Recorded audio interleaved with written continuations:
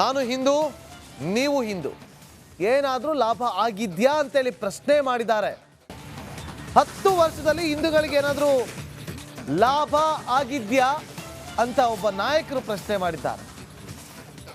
ಸಚಿವ ಸಂತೋಷ್ ಲಾಡ್ ಅವರು ನಾನು ಹಿಂದೂ ನೀವು ಹಿಂದೂ ಏನಾದರೂ ಲಾಭ ಆಗಿದ್ಯಾ ಅಂತ ಹೇಳಿಕೆ ಕೊಟ್ಟಿದ್ದಾರೆ. ಶ್ರೀಕಾಂತ್ ಪೂಜಾರಿ ಮೇಲೆ ಕೇಸ್ ಹಾಕಿದ್ರೆ ನಮ್ಗೇನು ಲಾಭ? ಅಷ್ಟು ಕೇಸ್ ಆಗಿದೆ, ಇನ್ನೊಂದ್ಸಲ ಕೋರ್ಟ್ಗೆ ಹೋದ್ರೆ ಏನಾಗ್ತಾ ಇತ್ತು? ಇಂತಹದ್ದೇ ಬಿಜೆಪಿಗೆ ಬೇಕು ಅಂತ ಸಚಿವ ಸಂತೋಷ್ ಲಾಡ್ ಅವರು ವಾಗ್ದಾಳಿಯನ್ನು ನಡೆಸಿದ್ದಾರೆ. ಕೇಳಿ. ಅದು ನೋಡೋದಿಲ್ಲ, ಪಬ್ಲಿಸಿಟಿ ಇದೆ ಸರ್, ಸ್ಟಂಟ್ ನಡೀತಾ ಇದೆ.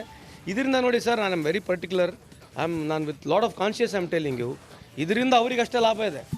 ಬಿ ಜೆ ಪಿ ಅವರಿಗೆ ನರೇಂದ್ರ ಮೋದಿ ಸಾಹೇಬ್ರು ಲಾಭ ಬಿಟ್ಟರೆ ದೇಶದ ಯಾವ ಹಿಂದೂಗೂ ಲಾಭ ಇಲ್ಲ. ಇಲ್ಲಿ 10 ವರ್ಷದಿಂದ ಹಿಂದೂ ಪರವಾಗಿ ಮಾತನಾಡ್ತಾರೆ. ಹೇಗೆ ಹಿಂದೂಗೆ ಏನು ಲಾಭ? ನೀವು ಹಿಂದೂ ತಾನೇ, ನಿಮಗೇನು ಬಂದಿದೆ? ನಿಮ್ಮ ಮನೆಗೇನು ಎಕ್ಸ್ಟ್ರಾ ಸ್ಕೀಮ್ ಬಂದಿದೆಯಾ?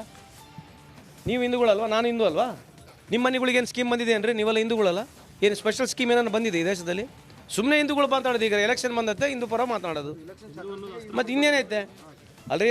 ಈಗ ರಾಮ ನಮ್ಮ ದೇವರು, ದುರ್ಗಮ್ಮನ ನಮ್ಮದು, ಮಾರಮ್ಮ ನಮ್ಮದು, ಗಂಡಿ ಮಾರಮ್ಮ ನಮ್ಮದು, ಮೈಲಾಲಿಂಗೇಶ್ವರ ನಮ್ಮದು, ಖಂಡೋಬಾ ನಮ್ಮದು, ಎಲ್ಲ ದೇವರುಗಳು ನಮ್ಮದೇ. ಬರೀ ರಾಮ ಯಾಕೆ? ಒಂದೇ ರಾಮನು ನಮ್ಮ ದೇವರು, ಸೀತನು ನಮ್ಮ ತಾಯಿ, ಅವರು ನಮ್ಮ ದೇವರೇ. ಅದು ನೋಡೋದು